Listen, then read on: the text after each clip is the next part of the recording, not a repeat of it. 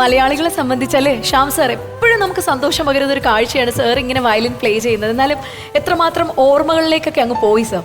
ഔസേപ്പച്ചനെ പറ്റി പറഞ്ഞ്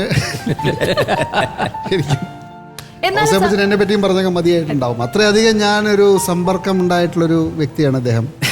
സിനിമകളിൽ എൻ്റെ ഏറ്റവും കൂടുതൽ സിനിമകൾ വർക്ക് ചെയ്യുകയും ഞാൻ ഏറ്റവും അധികം സമയം സ്പെൻഡ് ചെയ്ത ആളാണ്.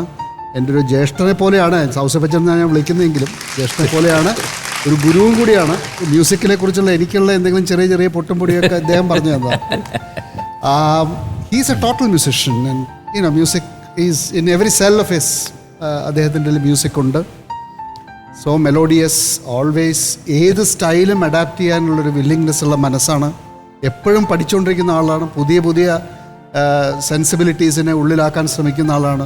I can tell the whole episode സംസാരിച്ചുകൊണ്ടിരിക്കുക ഔസേപ്പച്ചനെ കുറിച്ച്. അതുകൊണ്ട് ഇപ്പം നിർത്തുന്നു.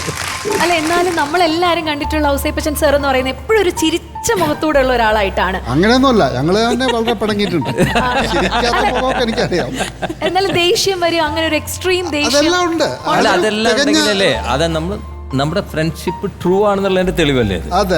അല്ലെങ്കിൽ അദ്ദേഹം ഒരു തികഞ്ഞ ആർട്ടിസ്റ്റാണ്. എല്ലാ രീതിയിലുള്ള ഇമോഷൻസിനോടും നല്ലോണം റെസ്പോണ്ട് ചെയ്യുന്ന ഒരാളാണ്. Generally he is musically pleasant, but otherwise there is A world of emotion within him. I know that. എൻ്റെ സംഗീത ജീവിതത്തിൽ, സിനിമാ സംഗീത ജീവിതത്തിൽ തുടക്കം മുതൽ കഴിഞ്ഞ ഒരു 6 മാസം മുമ്പ് റിലീസ് ചെയ്ത പാപ്പച്ചൻ ഒളിവിലാണ് അതുവരെ എനിക്ക് കൈനിറച്ച് പാട്ടുകൾ തന്ന എൻ്റെ ചേട്ടനാണ്. അതുപോലെ തന്നെ അദ്ദേഹത്തിൻ്റെ വൈഫ് മറിയ ചേച്ചി എനിക്ക് വയറ് നിറച്ച് ഭക്ഷണം തന്നൊരു വ്യക്തിയാണ്. ഞാൻ മിക്കവാറും അവിടെ തന്നെ ആയിരുന്നു.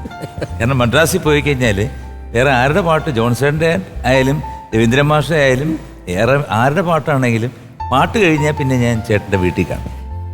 അത്ര അടുത്ത ബന്ധമാണ് അന്നും ഇന്നും. പിന്നെ സംഗീതത്തിൻ്റെ കാര്യത്തിൽ ഒന്നും പറയണ്ട, പെർഫെക്ഷൻ്റെ അങ്ങ് ഹൈറ്റുള്ള ഒരു വ്യക്തിയാണ്. അത് നമ്മൾ പാടി ശരിയാക്കിയില്ലെങ്കിൽ പാടിപ്പിച്ചിട്ടേ വിടൂ, അത്രേ ഉള്ളൂ.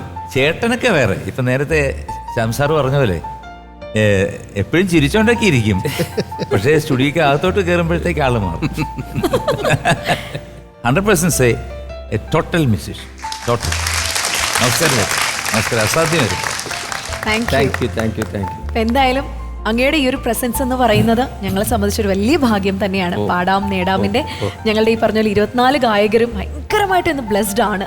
സാറിൻ്റെ മുന്നിൽ നിന്ന് പാടാൻ സാധിച്ചതിലുള്ള സന്തോഷം തന്നെയാണ് എല്ലാവർക്കും.